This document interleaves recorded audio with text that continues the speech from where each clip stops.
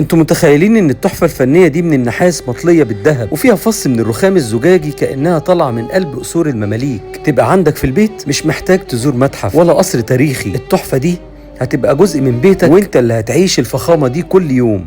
الصينية دي مش أي صينية، ده شغل يدوي أصيل معمول في قلب الجمالية، المنطقة التاريخية، بدقة عالية تخليها تلمع كأنها جوهرة وتديك إحساس إنك سيد من أسياد السلاطين. لما تحط عليها ضيافة بسيطة زي الشاي أو القهوة وتبهر ضيوفك، الضيوف هيشوفوا نفسهم قاعدين في سرايا ملكية. والفرصة معاك دلوقتي، لو عايز تضيف لمسة ملكية في بيتك اطلبها فورا من صفحة رانك ستور اللي أرقامهم موجودة قدامك على الشاشة، هيبعتوها لك في أي مكان في مصر. دايما اللي يشوف الصينيه دي لازم هيسالك انت جايبها منين. وما تخلوش التحفة دي تفوتكم أبدا، لأن شكلها وهي عندك في البيت هيخليك تحس إنك فعلا عايش في قصر.